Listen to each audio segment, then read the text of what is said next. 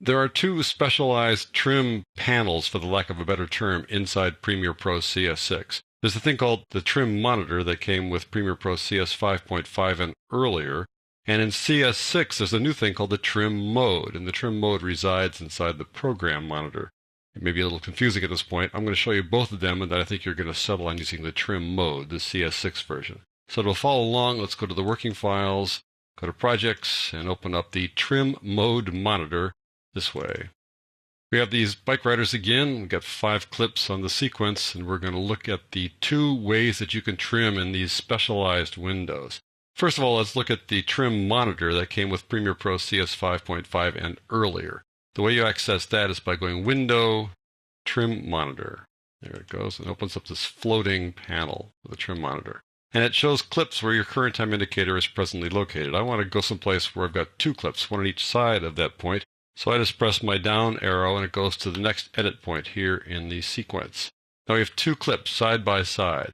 And inside the trim monitor, you can see that you've got the ripple edit tool there, and if you put it in the middle, you've got the rolling edit tool. So this is kind of a large way to do ripple edits and rolling edits at an edit point. You can't, let's say, do a trim here at the end or a trim at the beginning or ripple edit at the beginning or the end, because you go here to the end and nothing happens. It doesn't turn to the left here or turn to the right over here. So you're working only at this edit point. So if you want to do a rolling edit here, you get a sort of a bigger view. I can slide it left like this so we can watch these folks coming up along here, going by, and look at the little in and out points rolling down here as I go along. They're changing. As I go to the right, the edit point goes into the clip on the right and extends the one on the left. There they go. That's the rolling edit right there where those 2 guys come together. Now I really want to have this clip here just end right there and have the clip on the right start showing that shadow a little bit earlier. So the rolling edit tool is not really helping me here. So I'm going to go to the ripple edit tool and go like this. I'm going to actually make this longer. The ripple edit tool can actually pull a clip and make it longer. So I'm going to pull this guy a little bit farther so I get them just going off screen like that. This one here, I want this one to start a little bit later where they've already come on screen, so I can roll along here a little bit. Use the ripple edit tool till just before I see that shadow showing up there. So now I've used my ripple edit tool here to get this edit where I want it. And now if I want to fine tune it, I can use the rolling edit tool to just make it start earlier or later, but the timing will be right. And once I think the timing is right, I can preview it by clicking this little play button down here, and it'll play that edit. There we go. And that works for me. So when I click stop, it goes back into the trim mode. Now, rather than dragging left and right, if I use these buttons down here and click that, it'll move things forward 1 frame, meaning it's going to lengthen this clip on the left-hand side and shorten the clip here on the right. This in point's going to go to the right. This out point's going to go to the right. Here we go. Boom, a little bit at a time. I'll go 5 at a time, and it jumps like that. So you can do these precise edits if you want to. You can go backwards as well, back 5, and make your edits that way. So this is how the old trim monitor worked. It's not like it's a bad thing. It actually works pretty well. But the trim mode in CS6 is just a little bit better. It has a little more functionality. You can do regular trims inside it. Plus, it's built right into the program monitor, so it doesn't create this sort of separate window like this. It's kind of nice to have it built right into the monitor. So I'm going to close this one down by clicking on the X. Now I want to move to another edit point. So I'm going to move near an edit point, not necessarily on it.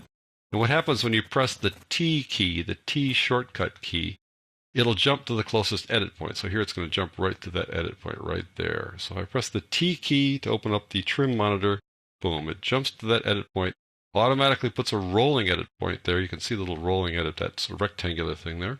And there is the trim mode.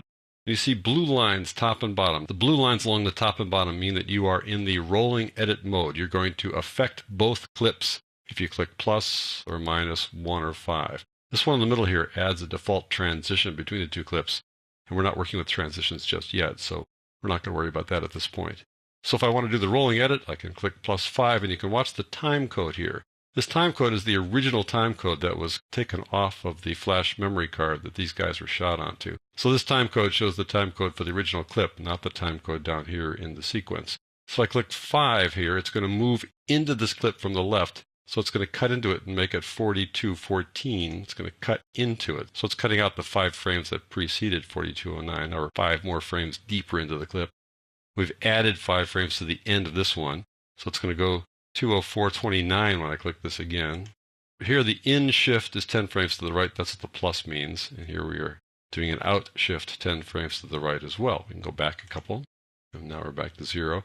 I can move the in shift left now. This is now left 10 frames. This is now left 10 frames. We've made the one on the right longer. Up to this point, we've been using the rolling edit tool, but we can also use the ripple edit tool just as we did in the trim monitor. If I want to work on just one clip here, if I want to, let's say, shorten or lengthen this one, I can click here. If I drag it to the right, I'm going to make the endpoint go into it so it'll be shorter.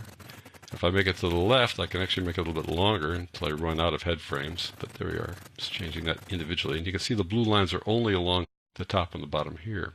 If I go over here and click, you'll see the blue lines shift. I can do it this way. When I finish my edit, I'm going to shorten it up here so that it gets shorter, the clip gets shorter. Look down in the sequence, the second clip where the yellow ripple edit is placed, and you'll watch it jump to the left now, like that, because I shortened it at the end there using the ripple edit tool. If I want to just trim, I can shift to the trim tool. I need to use a keyboard shortcut to do that. I go Shift T. Shift T cycles through all the various modes here. Shift T goes, that's the ripple on the right. And you can tell it's ripple on the right because it's yellow down here in the sequence. I'll do Shift T again. It'll be now trim on the left. I'll do Shift T again. This is going to be trim on the right.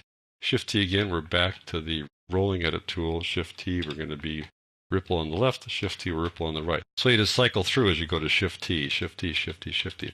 So let's just take a look at that one more time. To get out of the trim mode, you simply press the T key. That takes you back out. But there's another way to get out too. If you press T to go back into it, all you need to do is deselect this edit point just by clicking away from it, and that takes you out of the trim mode as well. I'm going to move this guy a little bit to the right here, get the current time indicator away from that edit point and get it closer to this one.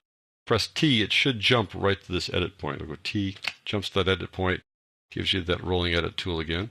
I'm going to go over here and roll it back left and right like that. If I want to, let's say, extend the clip on the right, I can pull it into the clip to the left. It doesn't actually pull it into it. It just makes this clip on the right longer by extending its endpoint. That's a cool thing about the ripple edit tool. You can actually sort of push against the clip to the left, and in fact, you're extending the clip on the right. Now watch down in the sequence where the yellow ripple edit tool is pointing to the right. That clip will suddenly get longer because I've extended the endpoint. See how that works? I can also extend the clip on the left here into the next clip. I'm not covering it. I'm just pushing things to the right by taking my ripple edit and pulling to the right now, like that. And I'm going to make this clip longer. So watch that clip there with the ripple edit tool pointing into it, the third clip end. When I let go of the mouse, this clip will extend to the right, pushing the clips after it to the right as well. Here we go. See how that works?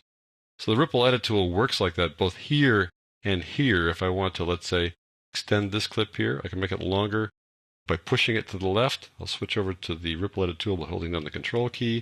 I can push it like that, and that actually will make it longer and shove everything to the right. So that's one other use of the ripple edit tool. So that's how you use the trim mode inside Premiere Pro CS6. You can always switch back to the trim monitor from CS 5.5, but my thinking is why do that when you got everything built right into the program monitor here, plus you have the option of using the selection tool. You can then Shift T through all the various commands, and you can watch things happening down here in the sequence as well.